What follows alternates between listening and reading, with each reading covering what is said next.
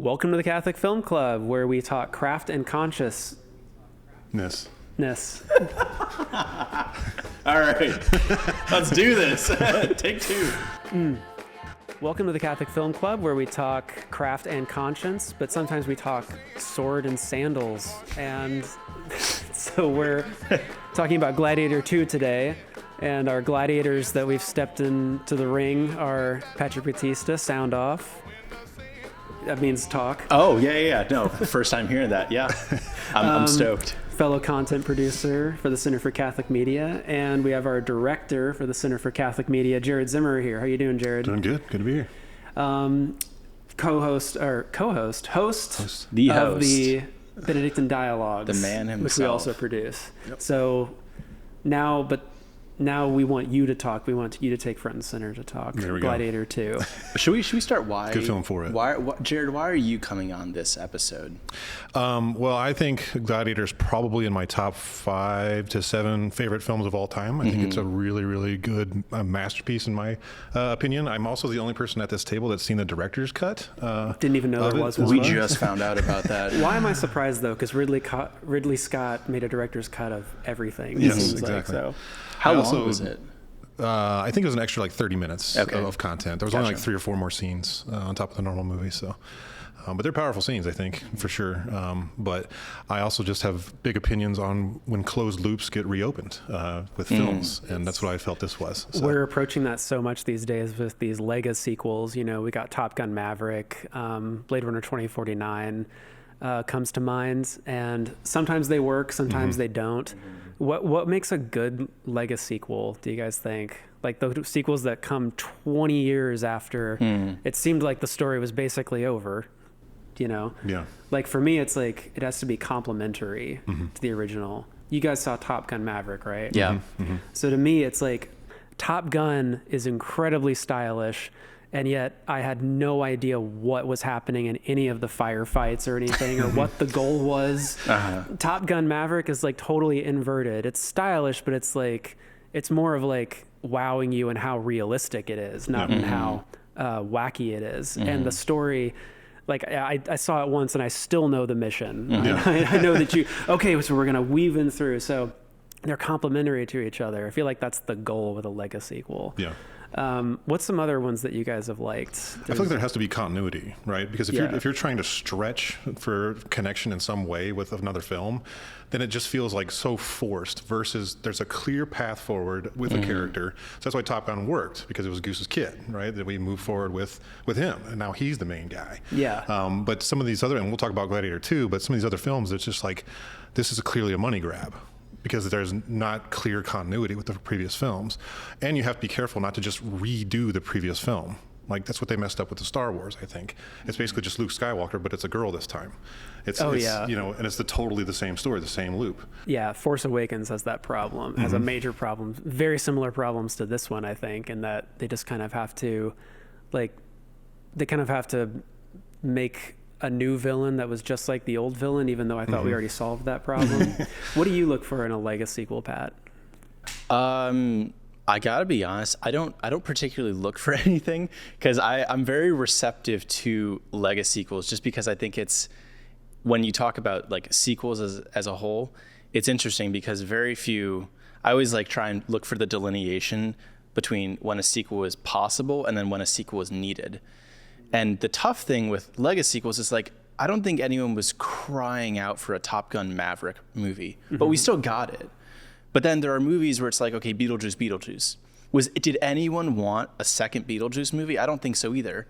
So for me, it's really tough to before going into a movie, a Lego sequel, is finding the right criteria to what makes a good one. And I'm kind of trying to figure that out still. Yeah, and I mean, you're so young, you didn't even know that Beetlejuice was a movie. You just thought Beetlejuice, What's the first hey, this is awesome. You know? I actually didn't know that, for the record. Well, we definitely need to talk about the pros and cons of Gladiator 2. I want to make this much more of a what could have been discussion, because there's been a ton of commentary about the movie already and what it got wrong or right, but we have some ideas on what could have happened, but we really do have to talk about what what the movie is before we can talk about what it could have been. So, Jared, me and Pat already talked about kind of what we thought about the movie, but we haven't actually heard your opinions yet. Yeah. What do you say? Yeah, so I think as a standalone film, it is entertaining. It's well worth watching. I do think it should have been cut by about 30 minutes, and I could probably even pick specific scenes that I think didn't add anything to the plot. There were some really interesting stylized fight scenes that I'm kind of a big fan of, like the choreography behind all that kind of stuff. Like I said, if this wasn't a second Gladiator, I probably would have liked the movie. Like, there was too much stretching going on to try to make the connection. And then there was a lot of stuff where you're like, well, you just said that because that was said in the first film, or you just did that because even the picking up the sand thing, it was like the very first scene he's going through the barley and stuff, and you're like, you don't have to do it that quickly, and it's just not, I don't know, it's just so kind of corny almost. No, yeah. No pun intended. Exactly. What did I don't know, the sand, the barley thing is interesting. I thought that worked. It for the people who have seen the movie or haven't, it's like, the first Gladiator opens with that classic shot of Russell Crowe's hands going through the wheat, which I think that must have invented the idea of hands going through wheat. I don't know how many movies after Gladiator started doing that, but it's just a thing now. Or sleep aid ads or something, just like pharmaceutical ads. So true. But in this one, it opens with someone running their hands through grain, and so I was like, okay, that's a nice mirror. And then it sets up, oh, he's a farmer. Okay, so it's a little bit of it's a connection that I thought worked. But I totally agree, Jared, that it's like whenever it's trying to be Gladiator again, that's when it's at its worst. I think. But there were parts that when it was original, I was totally on board. Yeah. Pat, what did you kind of think about the movie? Literally just continuing the stream of conscious here is there were multiple times throughout the movie where I felt like they're just like one too many flashbacks, one too many allusions to the events of the first one, to where it feels like it couldn't be its original. Take Top Gun Maverick. I think they had one flashback. Yeah, they had the Kenny Loggins. I don't know about. Is it Rogers or Loggins? It's Kenny Loggins. Yeah, Danger Zone. I was really freaked out for a second, but Top Gun Maverick worked because they brought back two characters, but then they just made their own thing in the same universe. Whereas Gladiator 2, they just kept bringing back in the Hans Zimmer music from the first one.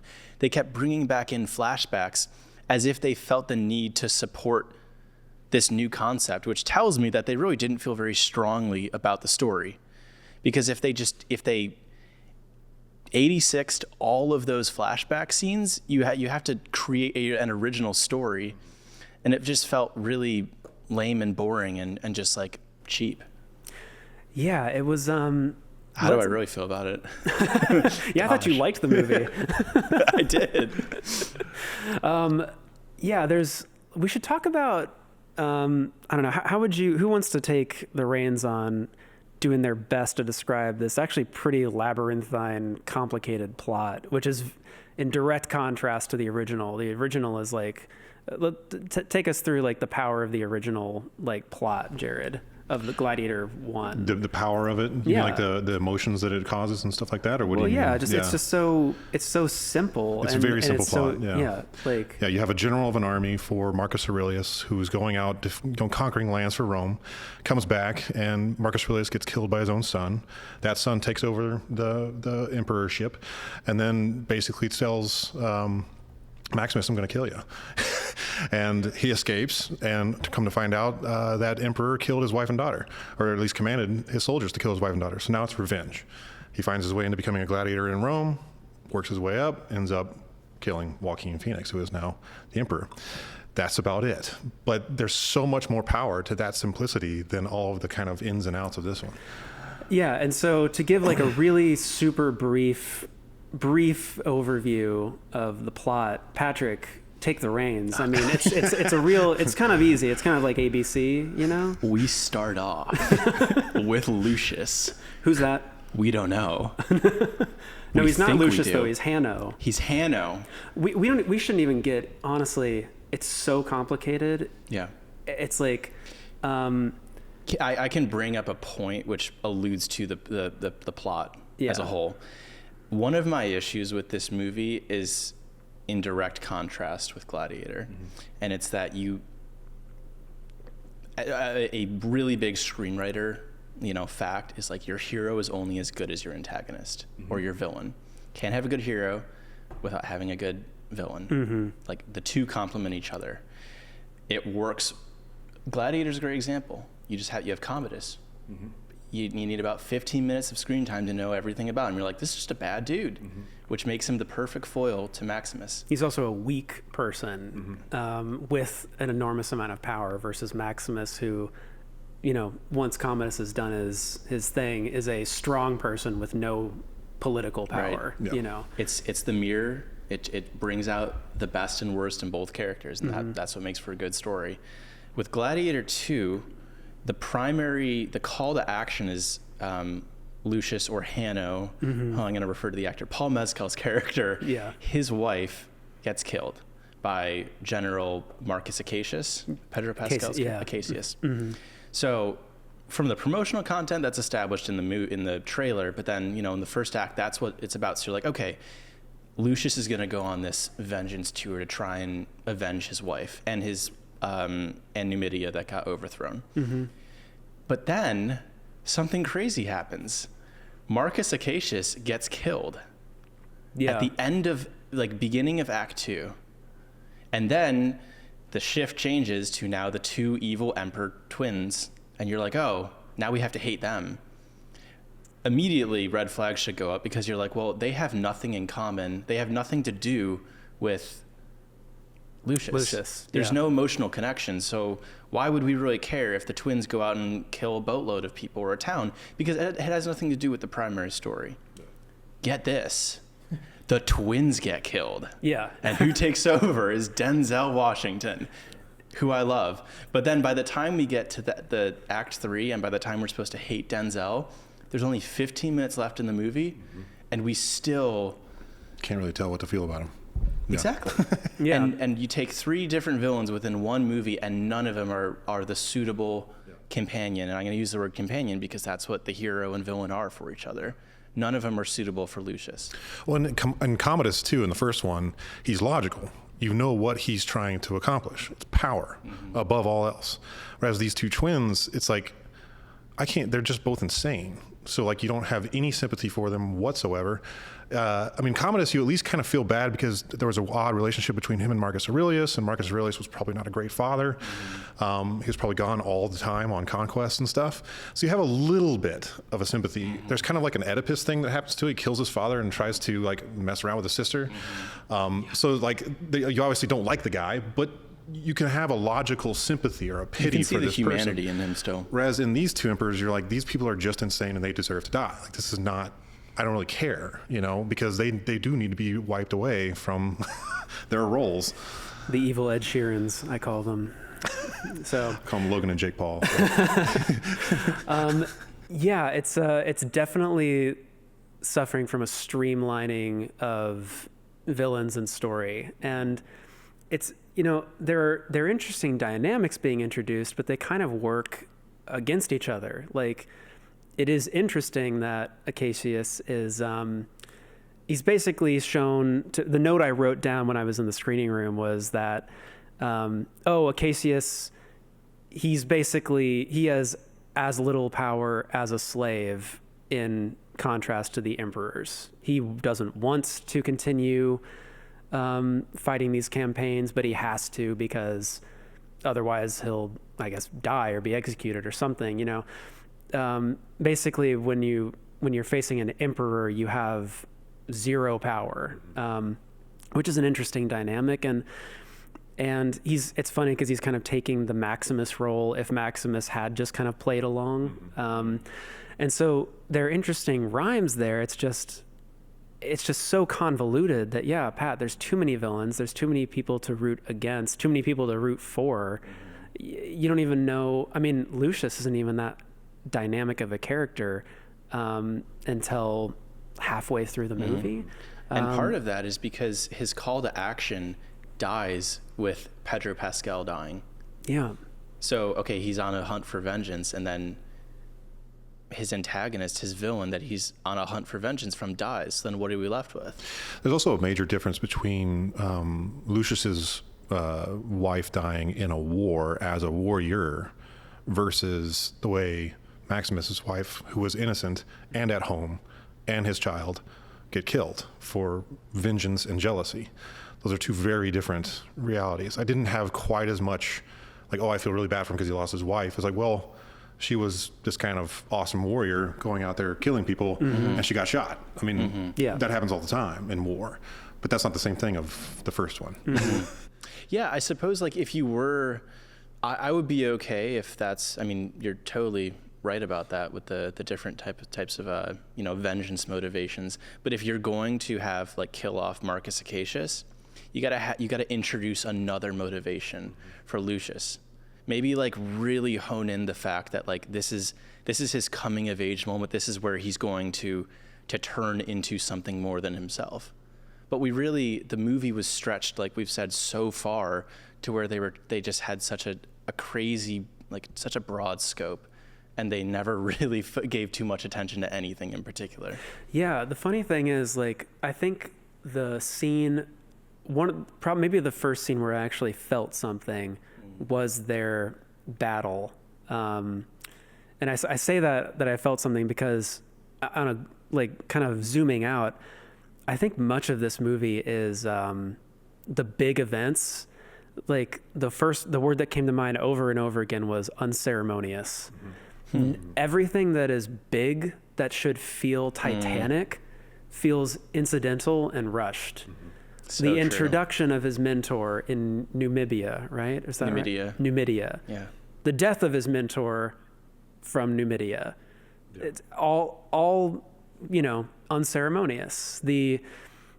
Every single transition and moment seems to be just kind of obligatory. But so the one time when I felt something was when Lucius and Acacius are finally fighting, and we know that they shouldn't be. They should be on the same side. But that makes Lucius a pretty lame hero, because he just seems kind of like a boob, He's just like, he's an idiot. He doesn't know, he's just kind of a fool. And that's where the tension comes from. That's not a great hero. I want a hero to have, like, to make real real decisions and not be a tool of fate necessarily. Does that make sense, what I'm saying there? I would have something to add to that, but that almost gets into a bit of the rewriting. Yeah. So I want to save that. And one thing I wanted to say as well is just to right off the bat, the fact, and this is a spoiler for all of the viewers, is that Lucius is Maximus's son. Okay, yeah, we got to talk about that. Yeah, and so to me, you've now undermined your main hero. Because his entire story is about his devotion to his wife. That was the point Maximus's of Maximus's devotion. Yeah. So you're telling me that either before or after his marriage to this woman that he's willing to kill an emperor over, he slept with the other emperor that he was deeply devoted to as if he was his own father? The other emperor's daughter. Yeah, Marcus Aurelius' daughter. Now, granted, Roman, the Aeneid and a lot of these stories during that time, it was not typical for men to, be monogamous all the time.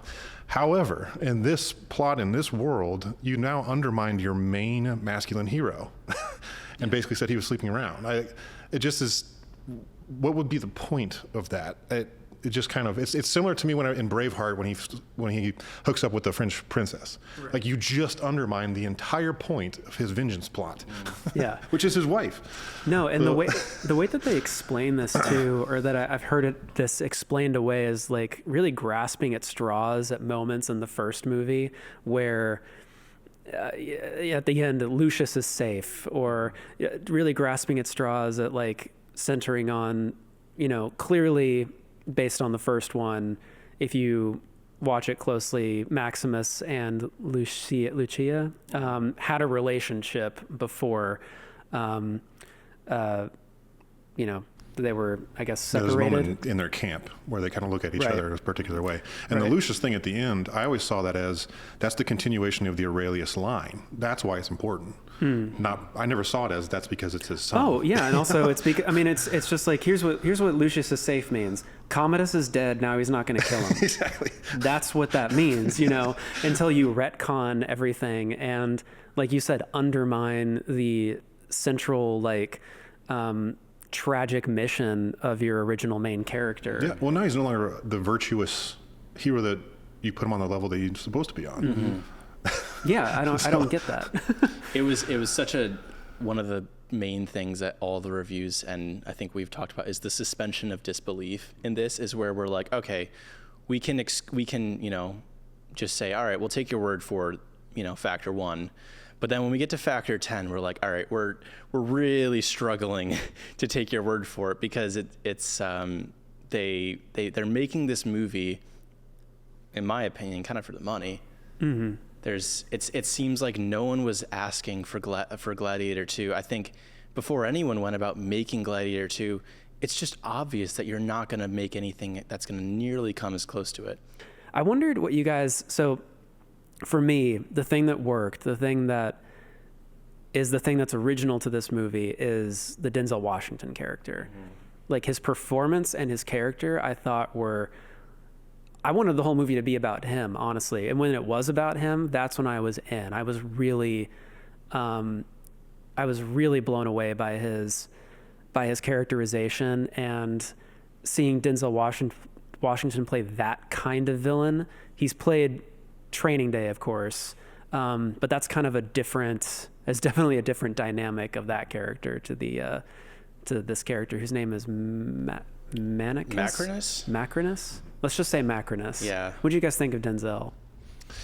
So it's definitely more, his style was more kind of in the Shakespearean side of things from what I've seen him do.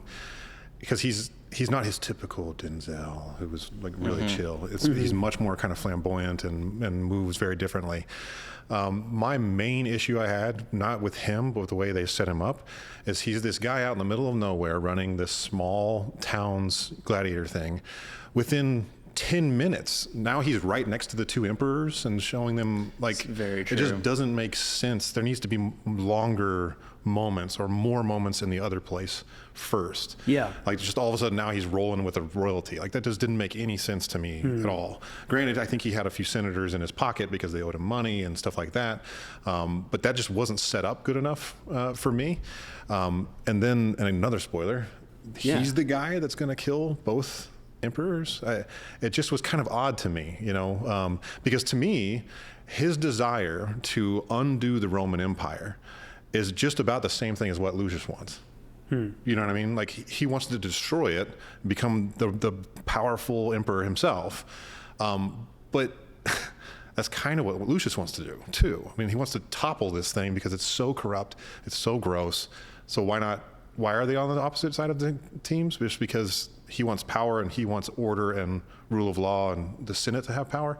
It's just kind of an odd thing. Like, why couldn't they have gone, hey, you don't like the Roman Empire either. And I don't either. It was supposed to be that way too. I mean, Macrinus is trying to bring Lucius to his side. He says, you will be my instrument, but Lucius, doesn't want that. But I mean, Macrinus, he was enslaved by Marcus Aurelius, and now he wants to topple the thing that enslaved him. Yeah. How is that very much different than what Lucius wants? It seems to be like that would be the central theme to focus on for this movie, is make Macrinus the tragic villain, have them work together for half the movie, and then disagreements arise, and then they really start pit them against each other because they're so similar. But at a certain point, Denzel is going to take it a little bit too far, and Lucius is like, I can't roll with that. Yeah. That works, in my opinion. That's like, we have ourselves a movie there, a strong movie. Yeah, there's just a lot of subplots and characters that get involved that I think get in the way of that to be the best part of the movie. I mean, one thing we've even neglected to talk about is that Lucius, for whatever reason, is not in Rome, even though, like, at the end of the movie, he's the direct line of Marcus Aurelius. It's just, Lucia shuttled him off somewhere because she felt someone else was killed. going to try to kill him. Yeah. And then he leaves. 16 years later, he's still out there. Yeah. Yeah. Suspension of disbelief once again. Yeah. Too much suspension of disbelief asked for, and just like the motivations are kind of unclear there. So I think have we established everything, like the moving pieces here? Yeah, I do think there are other positive points to the film. Like, it is an entertaining movie. I will say that. Like, it did keep my eyes on it, right? Yeah. But there were just some issues with it along the way. But for people that just want a good, entertaining action film, I think it holds up. I just wouldn't call it Gladiator 2. I'd call it something else and have it be its own thing. Yeah, call it Sword and Sandals. Sword and Sandals. Sword and Sandals. Gladiator -2. That could work. That could be good. Before we get to the rewrite, though, what is your guys' to zoom out a little bit here? What's your all's relationship with Ridley Scott and Ridley Scott movies and stuff like that? Because I mean, I think that's another selling point of this movie is he's gained some kind of a massive respect in the past 20 years. I think mostly because of Gladiator and that Titanic impact that made. What Ridley Scott movies have you seen, and what's your relationship with them, Pat? I'm probably gonna forget a few. I would say this: I haven't really seen his big ones. Yeah. I haven't seen Blade Runner. Okay. I haven't seen Alien. Yeah. So there's a lot of his that I haven't seen. I grew up knowing him to be one of the titans of cinema. So I always had that respect for a Ridley Scott production meant something, similar to Francis Ford Coppola. Yeah. Shout out Megalopolis. Another old master. One master to Not another. stumbling quite as bad. Regardless, if I were to go see a Ridley Scott movie, I would give it respect just because of his quality and just amazingness. Yeah. What do you think, Jared? Like, I think he either makes masterpieces or not masterpieces. Yeah, like they are either great or they're like C minuses. I saw someone online say that whenever Ridley Scott makes a movie, God flips a coin. It's so true. Yeah, absolutely. It's so true. That's a good way of putting it. He's so interesting to me because he's actually like, he lives in the Hollywood that like George Lucas and Spielberg created, but he's actually predates it like by 10 years. He's 10 years older than those guys. And I feel like he would have been making movies like this without them. To me, he seems outside of that kind of thing where like those movie brat auteur kind of directors. He's like the last vestige, I feel like, of the old pro, like a John Huston who made Treasure of the Sierra Madre and directed until the day he died, and Howard Hawks and those people from like the 40s and 50s. I think that's kind of where some of his unique respect comes from. He just seems like he's a stylist, like he really has his way of putting his own visual flair. And the way he works is so fluid too. Like we've been talking in the office about how Gladiator was made and how fluid the production was. He just works on his feet like constantly, and it's just like very instinctual. Yeah. So I feel like that's where the respect comes from. But sometimes it's like you need a script, or like, you know, he seems to only be as good as a script. And if he's doesn't like the script like Gladiator, like the first one, he needs to combat with it and like to make something really special. When there's a lot of interview footage on YouTube of Russell Crowe talking about the making of the first one and how much he stepped in for certain scenes, and I mean really could have like flopped the movie if they didn't do it the way he said he should do it. And so you got to rely on an actor like Russell Crowe that can do that, and there's not a whole lot. We were trying to list them the other day of like which actors still doing it can actually do that, you know, understand a scene, understand the emotions that you want to bring out in people and what you're willing to do with your body in order to make that happen. But I also, and one other point as well is that, and I've talked about this before, but or at least at work, the difference of like the grittiness of the way that was shot in the first one and the colorization that they used in the first one. This one was so bright and so clean and a lot of CGI, especially with the baboons and all that stuff.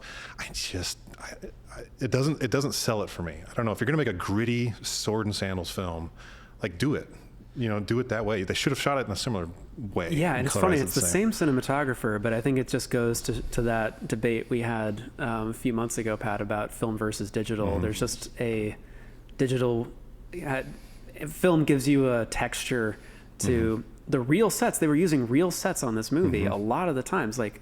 Those were impressive. real boats, but just with CGI water for the big like Shark Tank fight. The sharks were the most unnecessary part of the movie.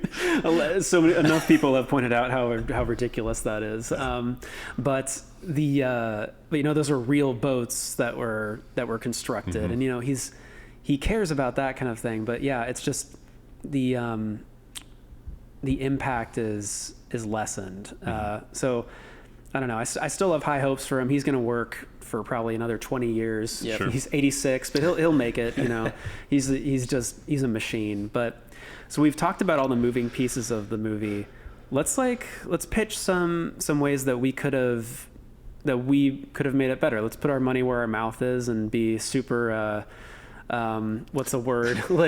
Presumptuous. that we could pretentious and that we could do better than any Hollywood director. Than this Ridley Scott guy. Yeah, come on, this old master we were talking about.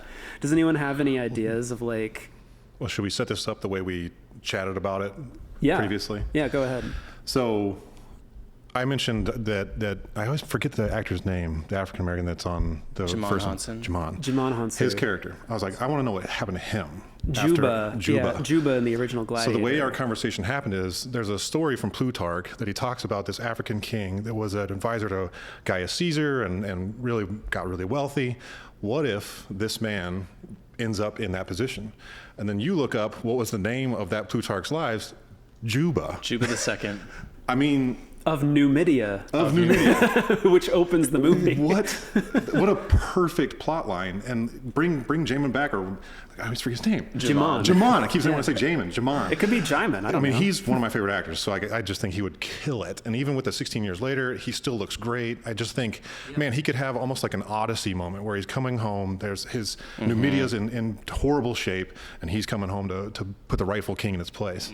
Yeah, I am so psyched about that idea, and I was just like, why couldn't that happen? Like, justice for Juba. Like, let's bring that home. Bumper sticker. Exactly, justice for Juba. I mean, he ends the movie. Like, he ends Gladiator 1, and he says that they will be reunited, but not yet. And it's just like, okay, what's this guy gonna do next? Like, why are we ending on this guy? Let's do it for a reason. Contrast that with Gladiator 2, like.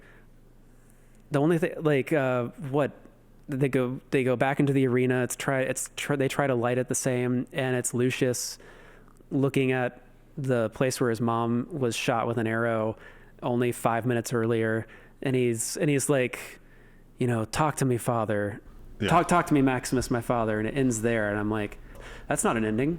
No, that's not. Well, what is that supposed to be? Like that. Yeah. That's an ending? What is this? As opposed to like your hero has fulfilled his tragic destiny and then his friend could carry it on and do this incredible idea. I'm so glad we have a great books professor on the show. That was probably the coolest off-screen find where we were just like, his name is Juba? Plutarch. And I was just like, I think his name is Juba. Yeah. And we were all and also, historically speaking, I mean, Rome fell about 150 years after this movie is supposedly made. So ultimately, they didn't win. Like it was crumbling, and no matter if Lucius stepped up or not, it's over. However, this story, Numidia, there really is a continuation of, historically speaking, of the actual characters of history, which makes it way more interesting. You have to still be kind of, liberal with the storytelling, but you at least have a line of some kind. Because ultimately, Gladiator 2, it's like, well, this is still tragic because we all know it falls eventually. And it's like 150 years later. Yeah. So it's like 2 generations later, and it's over. I think what makes it more tragic is because Gladiator 2 is less about the characters and the growth themselves, and it's more about the politics of Rome, to where you feel like you're asked to care equally about Lucius and Rome, whereas we care 100% about Maximus and Gladiator, and we're like, Rome is one of the aspects to this story. Yeah. But Well, and Juba also helped make Maximus who he was, right? He's the first guy who was like, nope, don't take the bugs off your cut. They're healing it, or they'll feed you to the lions, all of that kind of stuff. It's the same thing they tried to do with Lucius and the medic in Gladiator 2. They tried to set up that kind of relationship. Totally fell flat for me. But Maximus and Juba, it's like these men came together and accomplished something. It's not the same thing. We're talking about very different realities here. For my end, that just represents how unfortunate, but how weak of a story this is, and the lack of confidence with wanting to make a sequel. Because when you keep drawing in elements to the first one, and when you try and do a new movie but take the same mold, my question for that is, in my opinion, Lucius is distinct and different enough from his father, and the storyline is different. They're coming at two very different points in life, to where you should have the liberty and credence to do something totally different. But for some reason, they felt like they had to regurgitate and have Lucius relive the same exact scenes as Maximus, as opposed to making something totally different. Yeah. It's baffling in my mind. Yeah. And so I love that as like a page one rewrite. Is there something though that we can work with that this movie provides? Like, I have a couple ideas, but I wondered if you, Pat, had any ideas of like, we've got this thing in front of us. Like, how could they just make it a little bit better? Just bring a little more spice to it. I would say just give us one villain. Okay. Give us Denzel. Yeah. Mm-hmm. I don't think anyone would have been upset if we had more Denzel. Yeah. I think if you had said, you could keep Pedro Pascal. I think that you could work that. Mm-hmm. Just take out the evil Emperor twins, because I don't think anyone really gave a hoot about them or felt their presence, cared in any sort of way about them in relation to the story. But pin Lucius against Macrinus. I wanted to see more of that Denzel and Paul Mescal's character. Like, that dynamic worked so well. And an example of how it didn't work is, I can spoil this, right? Yeah. We're spoil free.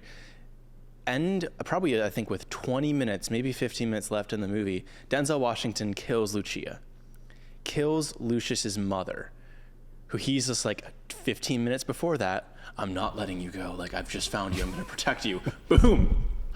Denzel kills Lucia.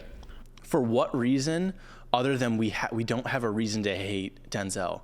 And now the plot gives you an easy layup as to why we can all of a sudden care and hate Macrinus. But right. It's lazy storytelling. That's just so interesting. Absurdly lazy. When I try to think of a reason he killed her, I can't recall, and I saw it last night, so I don't. I really agree that putting Denzel at the center is what can. Let me try this on you guys. Sure. First, like, in the background, Lucia needs to die right away. Like, but when Lucius is a child.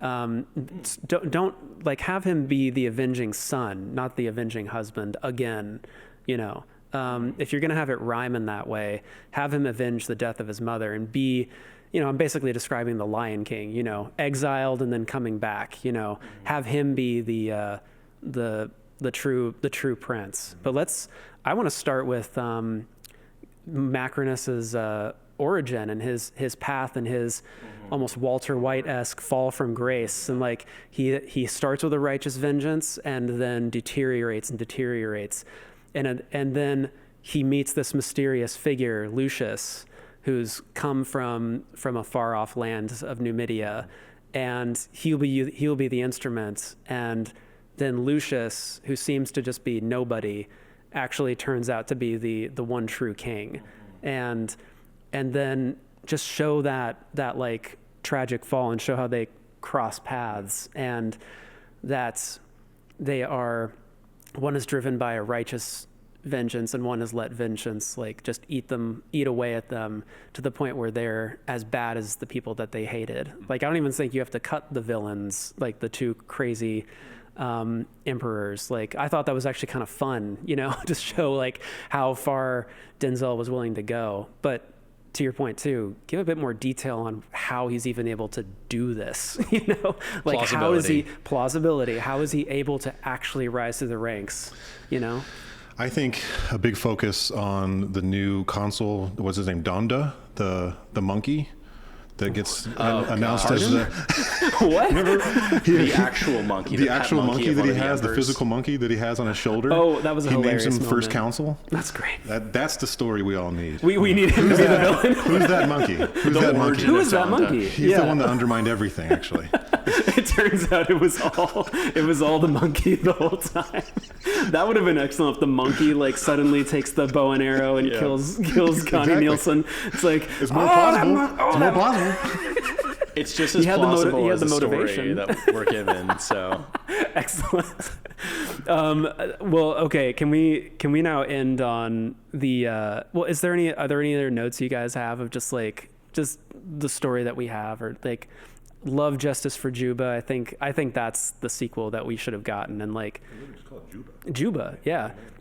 2006 we had Blood Diamond come out. That's a tragic action movie, and I like after that was made, I'm like, why didn't we just like get Juba on the, you know, like streamline this guy? He got nominated for an Oscar, I think. So yeah, really disappointed that didn't happen. Do you guys know about the version that Russell Crowe and Nick Cave were working on of this? In the background. oh yeah, Yeah. oh yeah. It was gonna be like an insanely wacky movie that started in the afterlife. Apparently the working title was Christ Killer. Jeez. You know, I'm just going to throw that out there in our Catholic Film Club, where Maximus he wakes up in Elysium, and apparently he's like recruited by the gods to wipe out Christianity because Christianity is weakening the gods.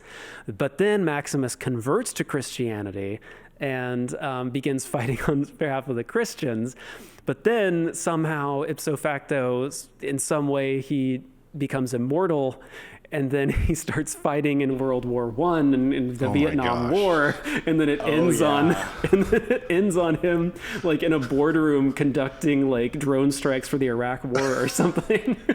It was like a mashup of Gladiator and Forrest Gump, and like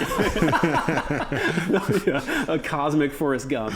Yeah, I mean, do you guys want to see that one? You guys That sounds like something Nick Cave would come up with. It does sound for something. Sure. Yeah. if someone can translate a script like that to the screen, I'm in. Let's do they did the animated titles at the beginning of this one. Let's just get that same guy to just let's throw a little 20-minute version of that one up on the screen. Oh, man. Like, I feel like that would have been a hated and then beloved sequel. But that's going a different direction. So, any final thoughts on Gladiator 2 and just like what you know, does this make you depressed about? Is there any other movie that you guys want to see? Well, I really like seeing some of these original films coming up, and I really just am getting really tired of retellings. It's just getting old. They've been doing it for 20 years now, and I don't like it. The good thing is that in another 20 years we won't have any Lego sequels because there are no original movies making a huge impact on the culture. So it's like we look on the bright side, you know. Like, any other closing thoughts, Pat? I can't say anything apart from I think we'll look back on this movie and kind of not hate it enough to wish it doesn't exist, but recognize it as something that didn't add much at all. Yeah. Will this one echo throughout eternity? Probably not. Hot take, but you had the Roman eagle in the first one, right? The glory of Rome. Yeah. And in this one, you had the penguin. It just doesn't fly, just kind of waddles around. Yeah. But it does have a story. And that brings us to our discussion about the penguin. Yes. We're gonna take a quick break, and now these two have seen it. I haven't seen it, but you know that's fine. He didn't see Zoolander 2. He's just lying.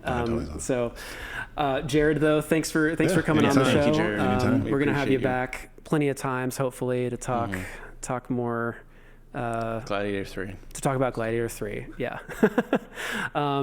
And so, thanks for everyone who's watching. My name is Michael Coy. This is Patrick Batista. This was the Catholic Film Club, brought to you by the Center for Catholic Media at Benedictine College in Atchison, Kansas. Should put swords in the middle. Yeah. Strength and honor. Strength and honor. Do you guys remember that phrase? Strength and honor? Do you remember Gladiator? What? Let's watch that. We need to, like, as a palate cleanser, just go watch Gladiator Let's right now. do it. Let's just. There you go. Okay. Just pop it on the screen. I'm out of here. How do we like? And wrap. I forgot to thank Eileen. Oh, thank you, Eileen.